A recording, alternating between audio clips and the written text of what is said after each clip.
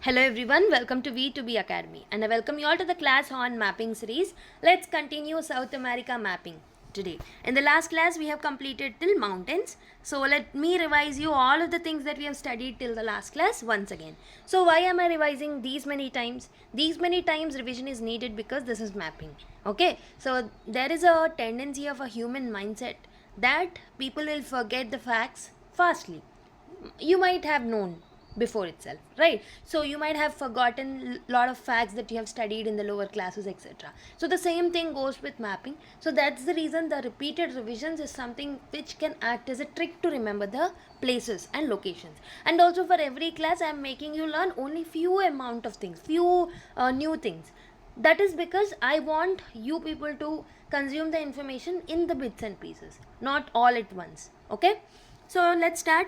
So we have seen the continents from the largest to the smallest by land area. So the first one is Asia and second one Africa. Third and fourth are North America and South America. Fifth and sixth are Antarctica, Europe, and seventh one is Australia. This is the order of the continents by the land area. This is the descending order, that is big to small. Okay. So then we have seen the different oceans that are located. So we were concentrating on South America. So near to South America there are two oceans, one is Atlantic Ocean and one is Pacific Ocean. This is something which you have to remember. Right. So next we have seen the different locations, that is different countries that are located in South America. We started with French Guiana, whose capital is Kourou, in which Ariane rocket launching station is present, which belongs to France. Next we have seen about Suriname. Suriname's capital is Paramaribo. Guyana's capital is Georgetown. Then we have seen Venezuela.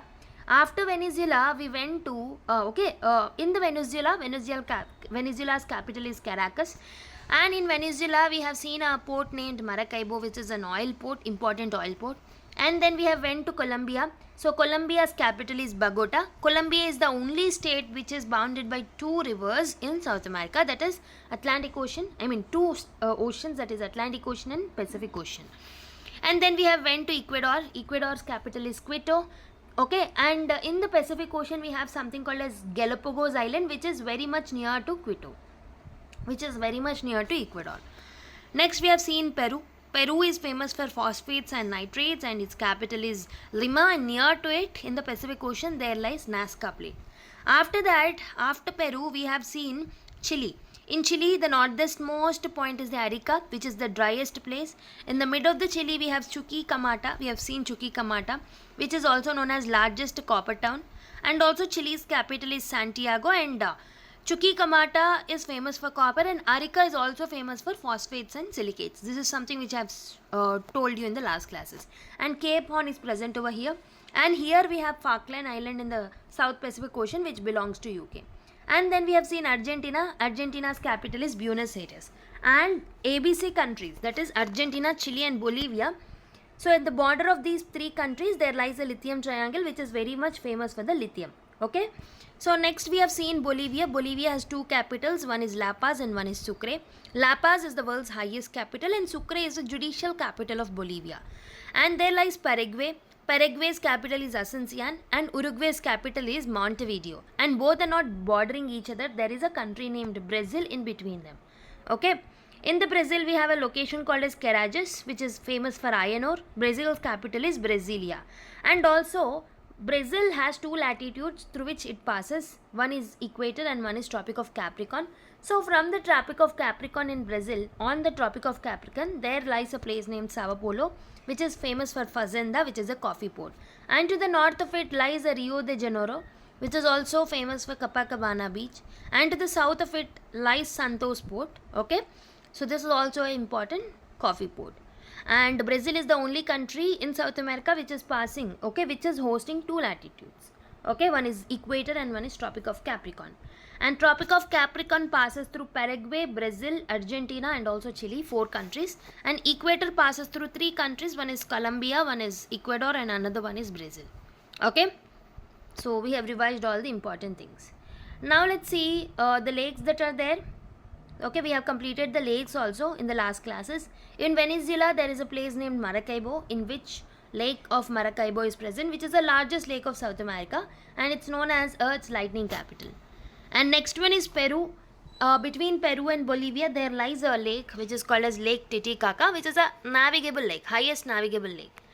And also in Bolivia, we have a Popo Lake which is getting dried up. Okay.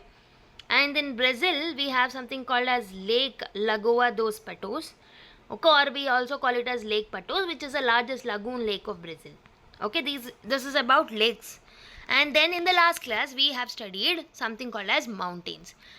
Colombia is having a Mount Cordillera, and in Ecuador we have two important mountains that we have discussed in the last class. That is Mount Cotopaxi and one is Mount Chimborazo. And you have to remember the direction. In the north we have Cotopaxi, in the south we have Chimborazo. Cotopaxi is an active volcano.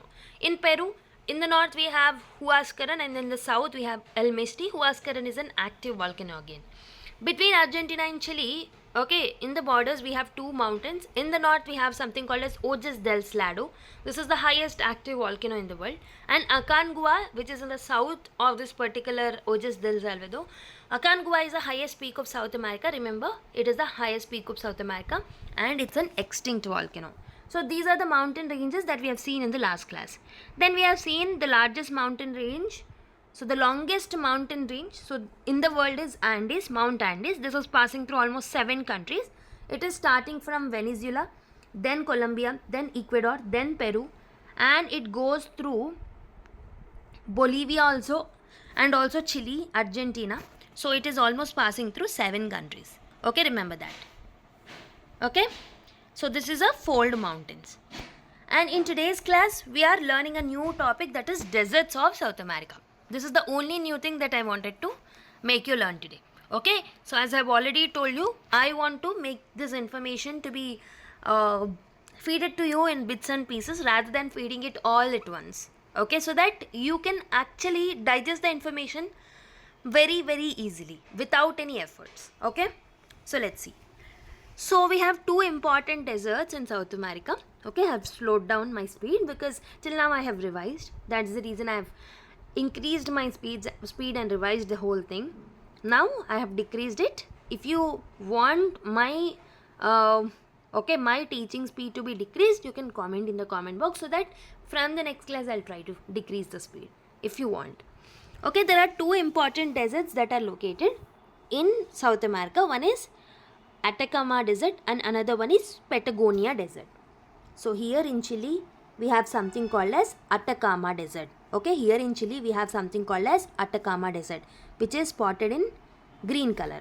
Okay, so this is Atacama Desert, which is there in Chile. Remember, Atacama Desert is in Chile. Atacama Desert is in Chile.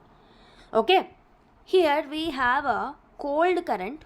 Ocean, in the ocean currents we'll have two types of currents, right? One is warm ocean currents and one is cold ocean current. But from the Atacama Desert there is a cold current that is moving, that is known as Peruvian ocean current or Humboldt ocean current. Okay, Peruvian ocean current or the Humboldt ocean current. Okay, it is passing, it is hosting, or it is having a cold ocean current which is called as Humboldt or Peruvian ocean current. And also this particular Atacama Desert, which is present in Chile, okay, which is present in Chile, is the driest desert of the world.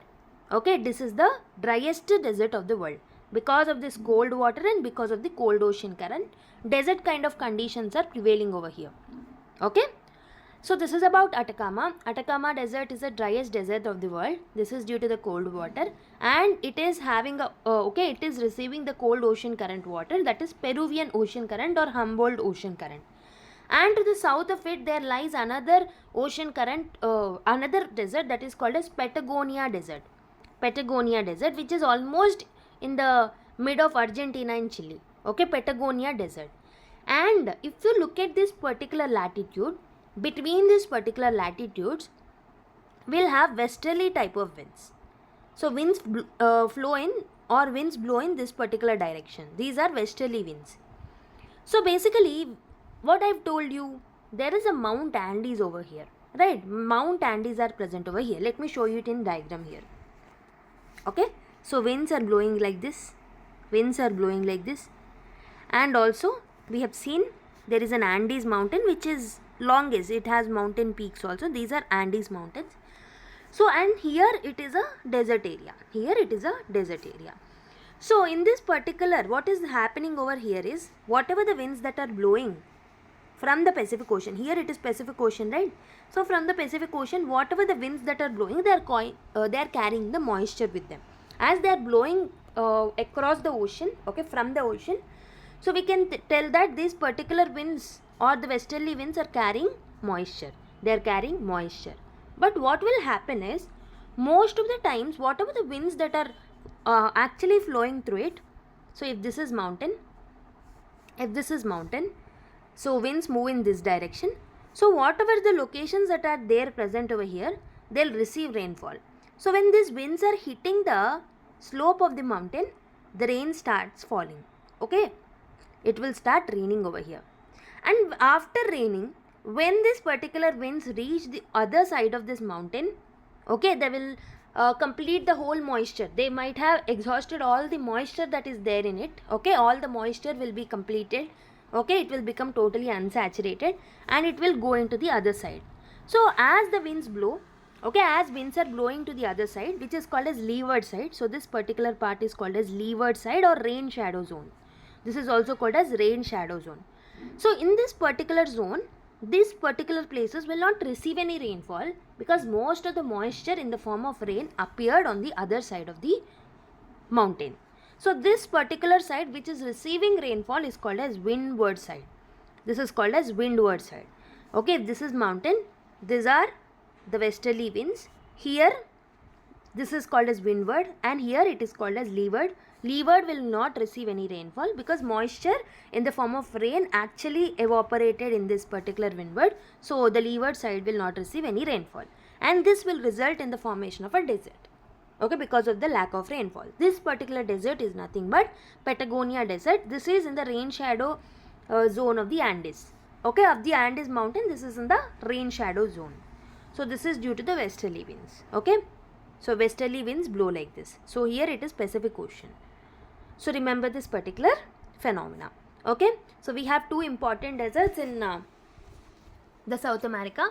One is in Chile directly, which is called as Atacama Desert, which is the driest desert of the world due to the cold water and cold ocean current, which is called as Peruvian Ocean Current or Humboldt Ocean Current.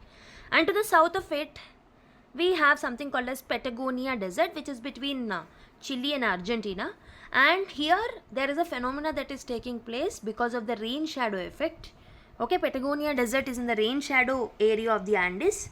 And due to westerly winds, it will not receive any rainfall as rain will be shedded on the windward side of the Andes. The rain will not be received.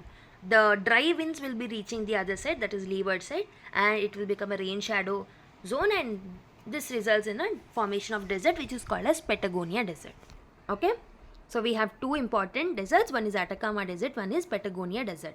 So which is in the north, which is in the south is something which you have to remember. Okay, so we know alphabet starts with A, that's why it is in the north, and next one is P, that is Patagonia Desert. Okay, these are the important deserts. So we have seen there are two important deserts. One is Atacama Desert, which is located over here. This is due to the cold current, okay, Patagonian Ocean Current or Humboldt Ocean Current, Peruvian Ocean Current or Humboldt Ocean Current. And to the south of it, we have something called as Patagonian Desert. Patagonian Desert is between Chile and Argentina and this is in the rain shadow zone. Okay, this is a rain shadow desert. Whereas the Atacama Desert is the driest desert of the world. Okay, this is something which you have to learn. Okay, before coming into the next class, try to revise the whole thing. I'm hoping that you people are noting all the places. Okay, try to take a blank map and try to locate the locations. Okay, and I'll also upload the whole PDF or the whole pictures that I'm using over here once I complete the whole South America. Once we finish the whole South America, I'll be placing this particular PDF in Telegram channel. So please, that's the reason I want you people to follow our Telegram channel, the link of which is in the description box. Okay, in the description box the link is present. You can watch our PDFs and extra free materials that we upload if you want to watch, or if you want to get access of all the materials, the free materials and the quizzes, you can actually subscribe or follow our Telegram channel, the link of which is placed in the description box. Okay, so that is it for today's video. I'm hoping you people are liking this particular series. If you are liking it, please share it with your fellow aspirants, and please subscribe to our channel and like the video and give your feedback in the comment box. Okay, that will act as a source of motivation to us to come up with more content for you people. Okay, so let's meet in the next class. Until then, take care, bye bye, and keep smiling everyone.